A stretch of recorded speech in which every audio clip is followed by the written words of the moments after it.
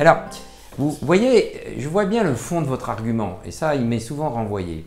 On a l'impression que du moment que moi, j'exprime un point de vue, c'est mon point de vue. Est-ce que vous voyez la nuance? Si je dis 2 et 2 font 4, c'est moi qui dis 2 et 2 font 4. Est-ce que c'est mon point de vue? C'est un point de vue universel, c'est inhérent aux mathématiques que 2 et 2 font 4. Si à la fois 2 et 2 font 4 et 2 et 2 font pas 4, il n'y a pas de mathématiques. D'ailleurs, il n'y a pas de raisonnement possible. On démontre que si j'ai une contradiction dans une théorie logique, elle peut tout démontrer et son contraire. Donc, la contradiction, le principe de contradiction est essentiel. C'est même le seul principe absolument essentiel de toute science et de tout raisonnement et de tout savoir. Quand j'énonce que 2 et 2 font 4, moi, Louis Chamix, dans ma subjectivité, j'énonce quelque chose qui est objectif. C'est pas parce que moi je l'énonce que ça cesse d'être objectif. Vous voyez, il faut bien comprendre que quand un scientifique, un savant énonce une vérité scientifique, il énonce subjectivement, on ne peut pas faire autrement, mais il énonce subjectivement quelque chose qui est objectif. Et là c'est aussi clair et limpide sur 2 et 2 font 4, mais sur d'autres choses, par exemple sur la démonstration de la cause première que vous avez faite là en très rapidement. Oui, j'ai esquissé. Hein. Voilà, mais le fait que toute chose a une cause antérieure et que si on remonte suffisamment loin, on va forcément retomber sur une cause première.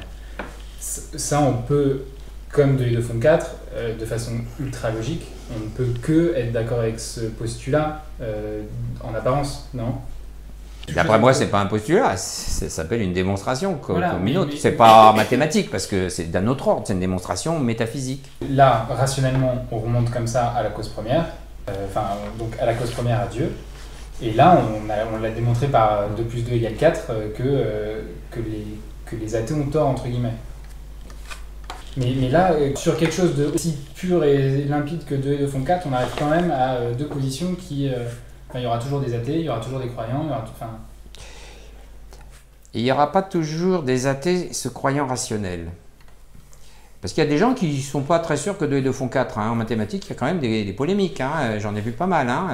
On peut faire des mathématiques où 2 et 2 font pas 4, mais dans ces mathématiques-là, 2 et 3 font pas 5 non plus. C'est-à-dire que c'est d'autres mathématiques. Enfin, il faut qu'elles aient une cohérence, mais on peut admettre que ce n'est pas la même. Sauf qu'en mathématiques, les postulats sont arbitraires. C'est justement toute la différence entre le savoir mathématique. C'est d'ailleurs pour ça qu'il est facile, si je puis dire. C'est difficile de faire des grandes mathématiques, il faut un esprit spécial, mais les mathématiques sont rationnellement faciles à admettre parce qu'elles sont dans un monde abstrait, hein, dans un pré-terre réel, qui finalement n'engage pas l'existence. C'est des postulats. Et à la limite, de temps en temps, on peut changer des postulats, des théories mathématiques, ça change la vie de personne. Ça change simplement la logique du raisonnement. Bon. Tandis qu'en philosophie, en métaphysique, il ne faudrait pas que nos postulats soient arbitraires, comme en mathématiques, c'est-à-dire que ça fonctionne bien, mais s'il faut absolument je change parce que c'est les résultats qui m'intéressent. En philosophie, en métaphysique, il faut des postulats qui soient des évidences absolues, certaines. C'est-à-dire, si mon raisonnement doit être certain, par exemple la cause première, il faut que mes postulats, que par exemple toute cause est ou causée ou cause première, hein, ou seconde ou première, eh bien, il faut que ça soit absolument incontestable. Donc, il faut que le raisonnement que je construis, comme tout raisonnement repose sur des prémices, eh bien, il faut qu'à un moment donné, les prémices premières soient des évidences partagées par tous. Et donc, c'est exactement mon enjeu. Moi, je voudrais arriver à avoir un instrument philosophique partagé dans lequel on est d'accord sur quelques évidences, pas forcément en grand nombre, mais que tout le monde admet pour qu'on puisse faire des raisonnements. Parce que si chaque fois que je commence un raisonnement philosophique, on me dit « c'est ton point de vue, mais moi j'en ai un autre », c'est fini. Il n'y a plus de dialogue possible et surtout il n'y a pas de science rationnelle possible sur des choses qui sont essentielles. Donc il faut qu'on arrive à se mettre d'accord, non pas sur des postulats arbitraires, mais sur des principes premiers évidents, des évidences rationnelles premières, partagées, et donc par exemple, sur ce principe de causalité, eh bien, il faut qu'on soit absolument d'accord que du moment qu'il y a une chose qui existe, elle est causée dans son existence, d'ailleurs aussi dans son essence, mais enfin bon, elle est causée dans son existence par quelque chose qui, à un moment donné, est une cause première, c'est-à-dire est un pur existé. Mais est-ce que le fait de ne pas pouvoir démontrer que c'est faux, ça veut dire que c'est vrai ? Alors, parce que si on se dit on est d'accord sur les axiomes de base et que tout le monde, indépendamment de l'ethnie, la culture et compagnie, on est d'accord sur l'axiome de base, ça ne veut pas dire peut-être que c'est vrai. Si personne n'arrive à démontrer que c'est faux, très bien, mais ça ne veut peut-être pas dire que c'est vrai.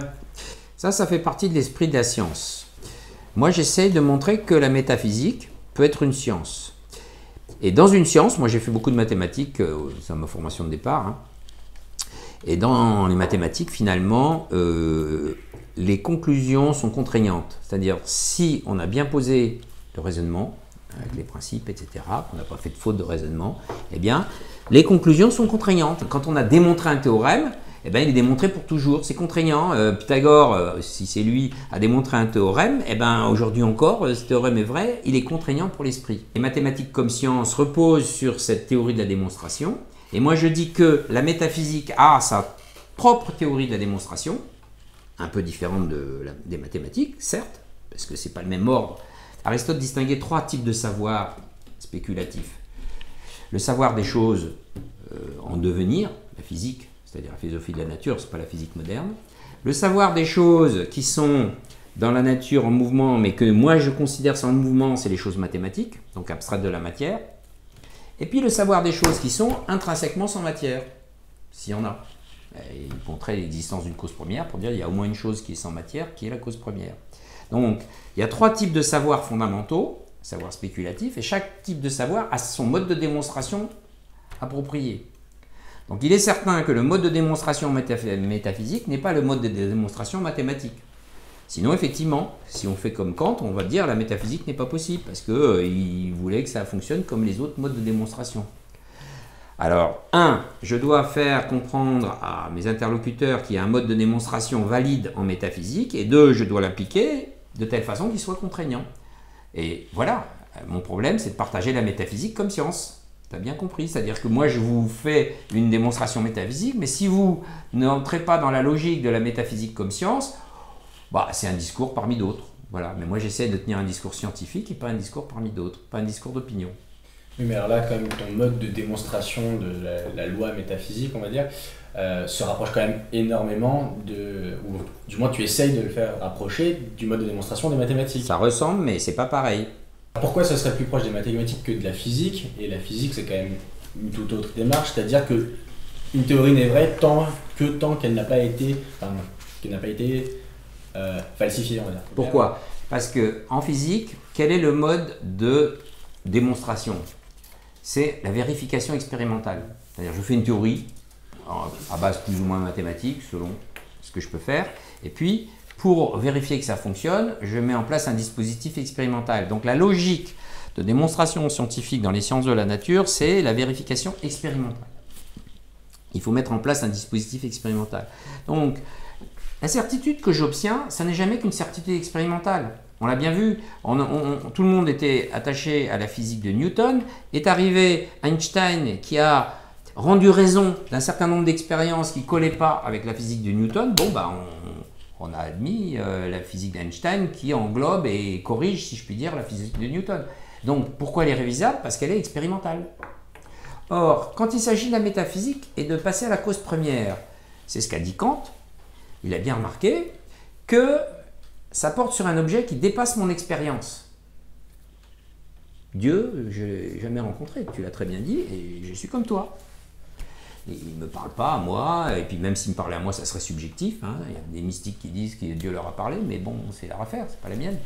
Donc, la métaphysique, si elle doit exister comme science, son problème, comme l'a fait remarquer Kant, c'est qu'elle porte sur un objet qui dépasse l'expérience. Elle en a conclu directement qu'elle ne pouvait pas être une science. Pour cette raison qu'elle porte sur un objet qui dépasse l'expérience, et pour la deuxième raison qu'elle ne peut pas raisonner comme les mathématiques, parce qu'il pensait qu'une science est science pour autant qu'elle est mathématisable. Et c'est vrai que je ne peux pas mathématiser la métaphysique. Donc, moi, je pense, pas tout seul, hein, c'est l'héritage aristotélicien et thomiste, qu'il y a un mode de démonstration propre à la métaphysique qui atteint son objet, qui est un objet qui dépasse notre expérience. Justement, c'est l'intérêt du principe de causalité. Je suis conduit par nécessité à dire, puisque cette chose existe, eh bien, quelque part, il y a une cause première. Et ça ne peut pas être le hasard, parce que le hasard n'explique rien. C'est tout. C'est aussi simple que ça. C'est idiot, si je puis dire. Cette idiotie, elle a des conséquences monumentales. C'est que l'exister d'une chose renvoie comme cause à un exister premier. Et je ne peux pas échapper à cette conclusion si je réfléchis bien. Je ne peux pas y échapper. Pourquoi y a-t-il de l'être plutôt que rien, demandait Leibniz, mais c'est la même question. il y a de l'être. Ben oui, il y a de l'être. Alors, puisqu'il y a de l'être, il faut bien que quelque chose ait causé cet être.